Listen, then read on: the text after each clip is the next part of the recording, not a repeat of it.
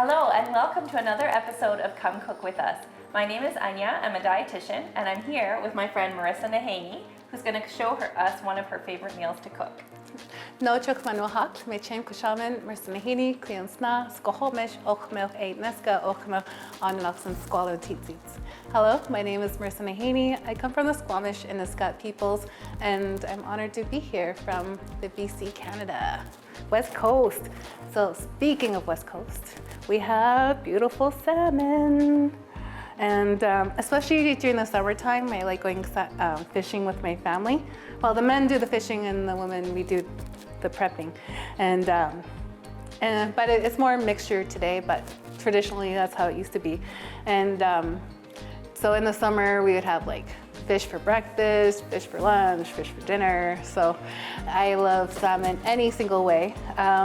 However, today we're gonna make the salmon the star because salmon doesn't need much. And so if you're having a really low day on dialysis, you know, your energy is just not there, then you could just put on your rice cooker, get a cup of rice, 2 cups of water, some frozen veggies, put in your rice cooker and forget about it.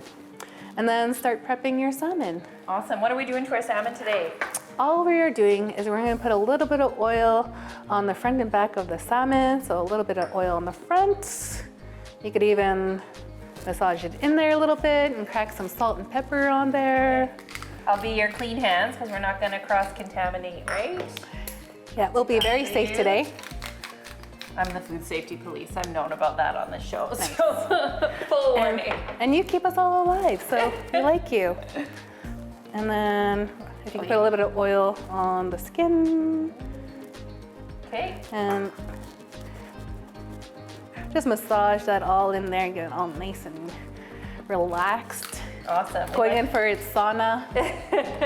We got to relax the food before we cook it up. And we're putting in good feelings in our good food. Every time we cook, it's almost like ceremony. You know, we truly believe whatever feeling you have goes into the food. So if I'm like Gordon Ramsay, getting mad, and you know, then all the people are going to be agitated eating the food.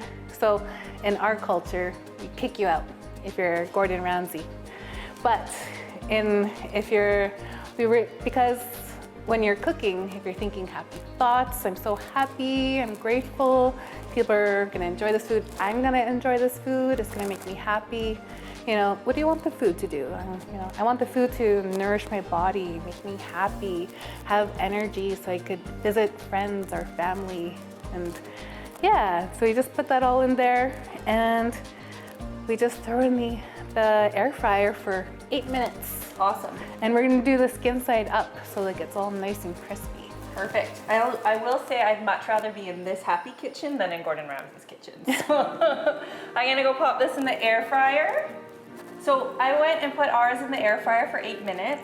For those who don't have air fryers at home, what are you thinking, like 375 in the oven? Or? Yeah, 375 in the oven. Sometimes it's easier to flip it, so if you want, you could put it in really hot with the skin side down and then cook that for 4 minutes and then flip it over and cook it for another 4 minutes and then it'll be nice and juicy and delicious. Okay, so you're heating your pan in the oven for a little bit so that it gets hot, and then you're gonna get that nice sear when you put the skin side up. Skin side down first. Skin side down first. Flip it over, skin side up, and then you're getting that crispy skin and crispy on the bottom.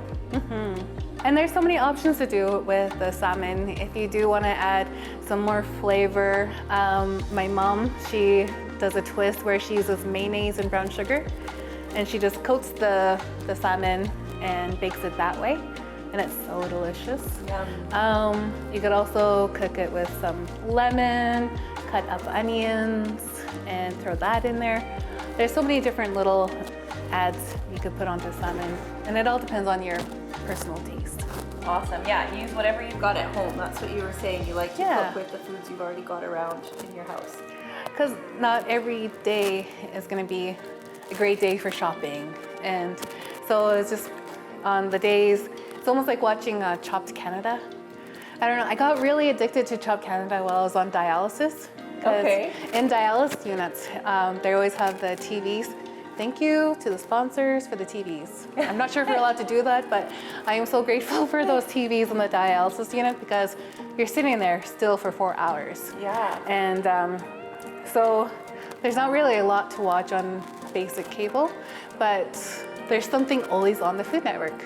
Okay. So I got addicted to watching Chopped Canada and all of these different episodes. So you got some inspiration from the Food Network and then were able to tweak it for your kidney health and keep the recipes so that you could enjoy them without any guilt. Yeah, and it's always great trying so many things, you know, and it's okay to fail. There's a lot of things that I burned or didn't do, and you know, but at least I took the adventure and I tried. And after I cooled down, after a couple of days, I could laugh at myself. It's inspiring to hear you that you've made mistakes, that you've learned and adapted in the kitchen to adapt your energy levels with your fistula and carrying groceries. So anyone can do it, anyone can come up with, you just kind of got to get out there and start.